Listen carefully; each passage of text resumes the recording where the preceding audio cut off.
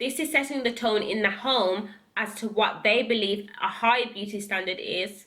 Hey guys, welcome back to my YouTube channel. My name is Sherine Walrond. I'm the founder of Ivy Wild. If you're new to the channel, please subscribe. Hi, hello, welcome to the family. Ivy Wild is a natural, non-toxic hair care products company which caters to textured hair types. In this video, I want to speak to you guys about damaging hair conversations from childhood that can be traumatic. These conversations often affect us in our adult life. They affect us about how we feel about our hair and how we feel we are perceived in society. I felt like it was really important to touch on this because I do know that there are a lot of people that still aren't quite comfortable rocking their natural hair. They do anything and everything in their power to avoid people seeing their natural hair. And I really do feel like this comes from traumatic experiences, traumatic conversations that we've had and overheard as young children. I'm hoping that this video will share some insight. Maybe it will help yourself. Maybe it will be able to identify a loved one or a family member.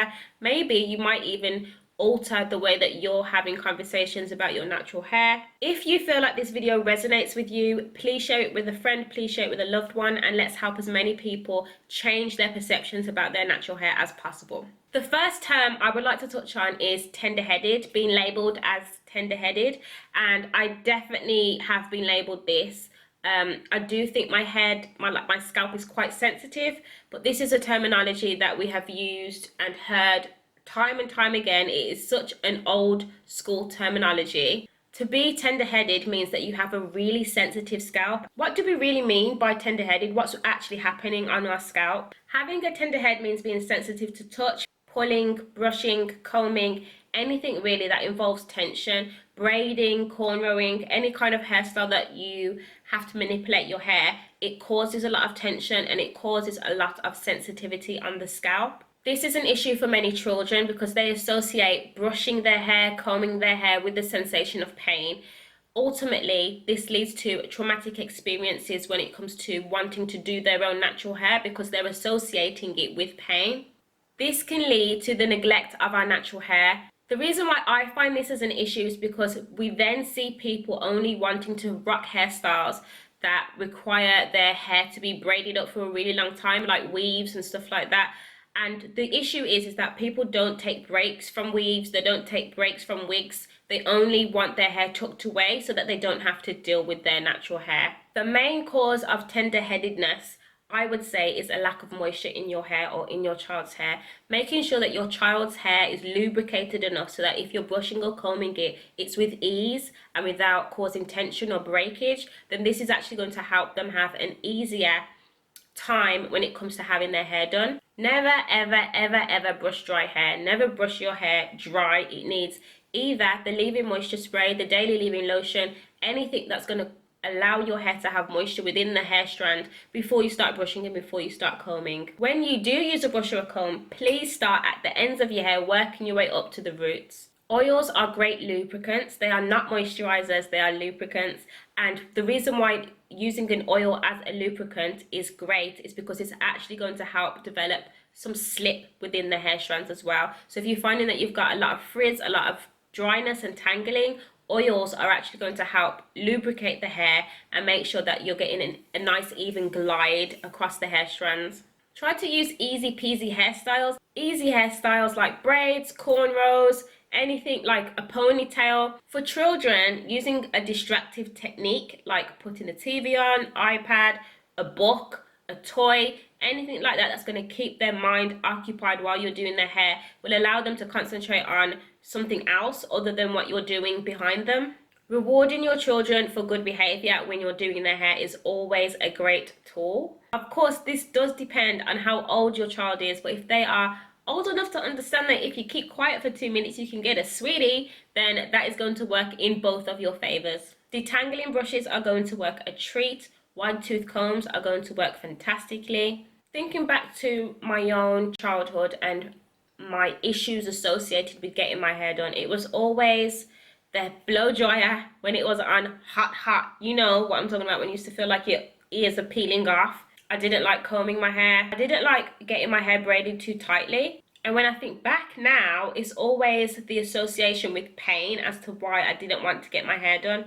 I can remember begging and pleading with my mom, like, can I just have my afro out? Can I just have my hair out? Can I just have my hair straight like my friends at school? As a parent, it's our responsibility to make sure that we are being very gentle with our loved ones. We're making sure that we're asking them, is that too tight? Are those cornrows too tight? And cornrows don't need to be tight to be neat. I do feel like if you're finding that you're having to pull the child's head too tightly or pull your own hair too tightly, there's an issue there. Like, you can still create a really beautiful style without it having to be really tight. Children and babies are already really sensitive. They have sensitive skin, they have sensitive scalps, and we have to make sure that we are using a loving hand when we're doing their hair, and using a loving hand when we're doing our own hair as well.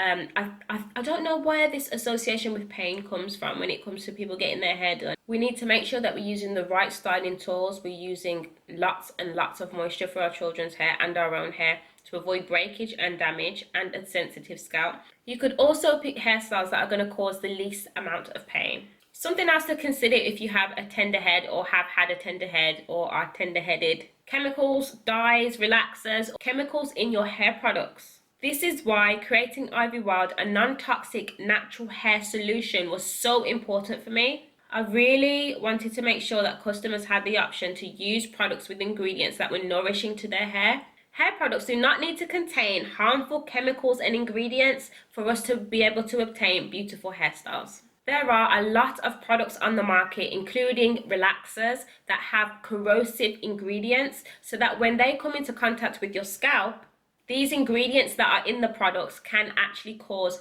burns on your scalp. When they've come into contact with the skin on your head, they seep into the scalp and can cause damage amongst the hair follicles. Some of these burns can last for weeks, and although they aren't visible to the eye because they are underneath the scalp, you can definitely feel them. You might notice that you have this issue of inflammation that's happening underneath the scalp. One of the key indicators that you've had issues with burns is when you can actually feel parts of your scalp that feels really, really sensitive and really tender. This is due to inflammation on the scalp. If your scalp is sore, that's the first indication that something's not quite right. Product buildup, especially if you're using products with harmful ingredients in them, that product buildup, all of that is just sitting on your scalp. If you aren't washing these products out of your hair properly and they're just sitting on your scalp continuously, just thriving, frolicking around, enjoying themselves on your follicles, two things.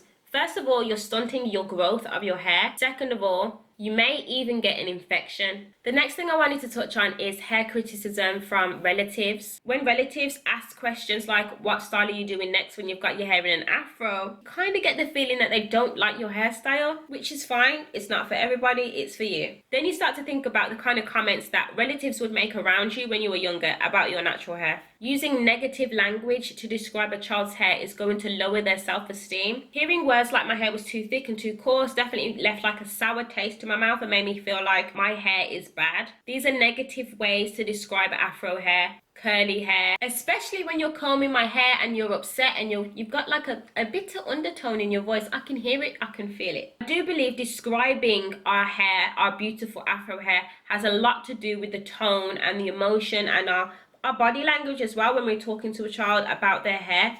If you were to say, your hair is so lovely and thick, instead of your hair is so thick, you're obviously going to have a different feeling associated with both descriptions. There's a different feeling about each tone based on how it's described, based on how the body language is given up, and based on the tone in my voice. Try pointing curly and afro hair out to children in a positive way. Tell them how beautiful their curls are. Tell them how beautiful their afro is. Using words like tame your afro, control your afro. We need to swap those words out for smoothing your afro, styling your afro. Using words like tackle, those kind of negative words are making children believe that their hair is just too much of a hurdle. And that's another reason why we still, even now, we dread having wash days. Curly and afro hair is so versatile. Saying things like, why don't we try and do something different with your hair today? I'm so excited to play in your hair. Let's do something cool today. This is another reason why representation matters so much.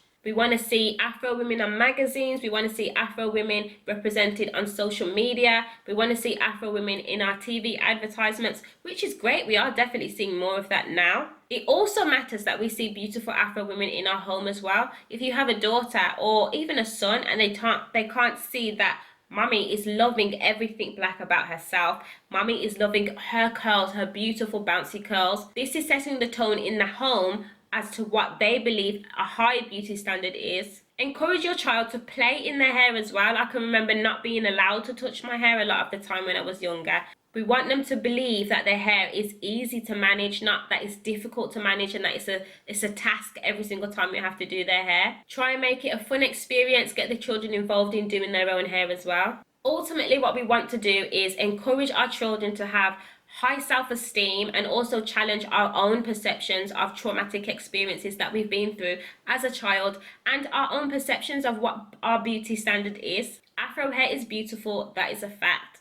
It definitely takes time and patience to unravel a lot of the negative thought processes that happen in our heads about ourselves and our beauty standards that are usually from our childhood experiences. But if we can just start to think differently, if we can just start to ask ourselves, why do I believe that my natural hair can't be worn at work? If we can start to do the work today on building our own self-esteem, then we can build the younger generation's self-esteem as well. If we can start to use positive words of affirmation related to our natural hair. Side note, I have an affirmations video for natural hair if you're looking for one. I'll put the link up here or up here. But yeah, changing our attitudes, changing our relationship with our own natural hair can definitely inspire others to think about how they speak about their own natural hair. In doing so, we can have a better relationship with ourselves and feeling like we've got good self-esteem and feel positive about our own natural hair as well. I hope you enjoyed the video today. That's it from me, and I'll see you in the next video. Bye for now.